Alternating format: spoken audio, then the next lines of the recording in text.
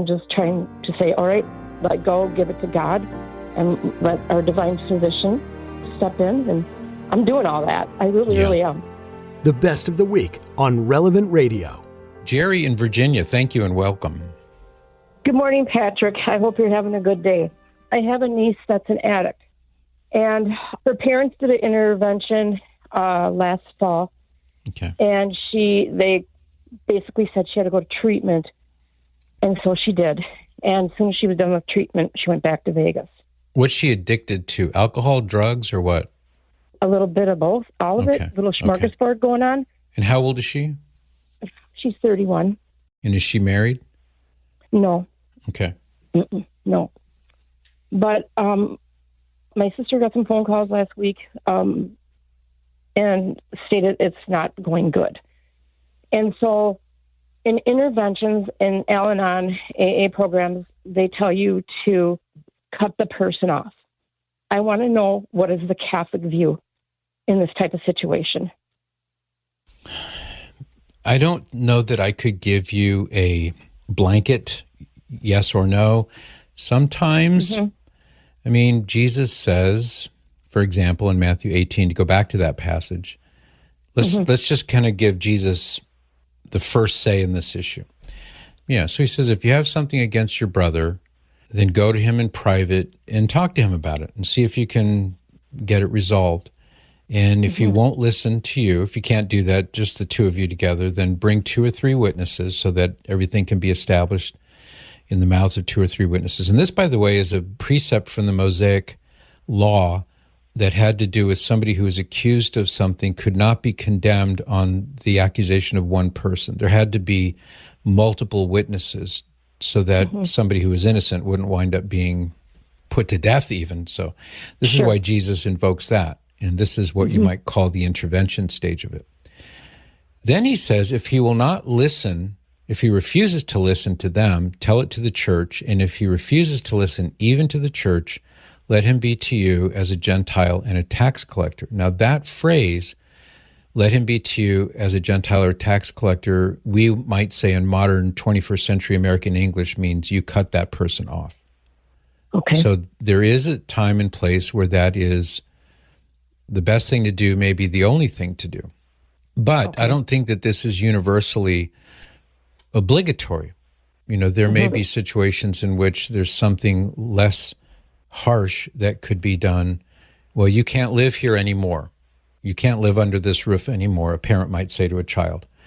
It's not cutting them off, but it's something drastic but still falls short of cutting them off. So only you could really, I mean, you and your family, the people involved, only you could really determine how extreme is the situation. If she's showing up with violence or with criminals, if she's showing up deranged and potentially harmful to people. I mean, there are situations where, sure, you can't come around here anymore, but there's no way for me to know where it is on that spectrum of things. Is she willing to try to get some help? No, nothing. Okay. I mean, I'm praying from the distance because it's, lots of states in between. She does not live at home. She's out on her own. She is supporting herself. But the disturbing phone calls that were received last week are like a downward spiral worse than what it was. And so it is. It's just heart-wrenching. And so I guess that's why I called you, is because I want to be that rescuer, because I'm a people pleaser and I save whatever I can because she is God's child and I don't want anything bad to happen. And, I'm not prophesizing that way either. I'm just trying to say, all right, let go, give it to God, and let our divine physician step in. And I'm doing all that. I really am. But it's just, I want your take on, do you go in and try to rescue one more time? Or when do you stop rescuing, because you can't fix it. I understand. And you're right to want to do everything you can. You have a good heart. You love her. You want to see her get out of this nightmare situation. And that's all laudable, obviously. But there can come a time where your concern becomes enabling.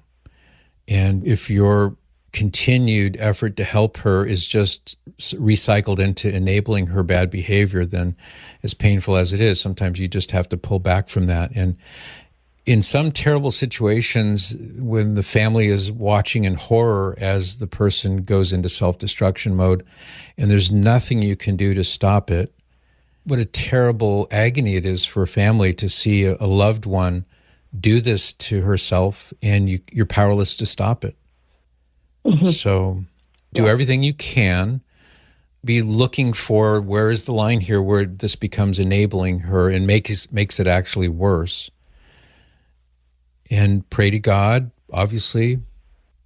There's always hope. There's always restoration. The reason I asked you if she was interested in getting help is because there is a group, the Cenacolo community. Cenacolo is the Italian word for cenacle, the upper room where Jesus celebrated the Last Supper. And they have centers all around the world to help people, men and women, become free from drug and alcohol addiction, for example. And their website, by the way, is hopereborn.org, hopereborn.org. I mention it because maybe now is not the time, but maybe 6 months from now, she might be willing to take a look there, go visit, and maybe go stay there and get cleaned up and get her life back on track. But it's a Christ-centered Catholic community where the people, the men and women, they obviously don't live like in the same rooms or anything. It's segregated by sex, but they learn to pray together, to work together, to form friendships, to become free of these addictions, and their success is pretty amazing. So keep that in your back pocket. Maybe she might be willing to do that. I'm going to keep it really, really close to my back pocket. And I appreciate you taking my call again and giving me some insight, and don't let go of hope. I thank you. What's this lady's first name? And I'll ask everyone listening to remember her in their prayers. What's her first name? Amanda. Amanda. Okay. Well, she's now on a lot of prayer lists right now, Gerri. That's why I called you, because I knew that would happen. Okay. Like what you just heard? Share it with your family and friends. And thanks for listening.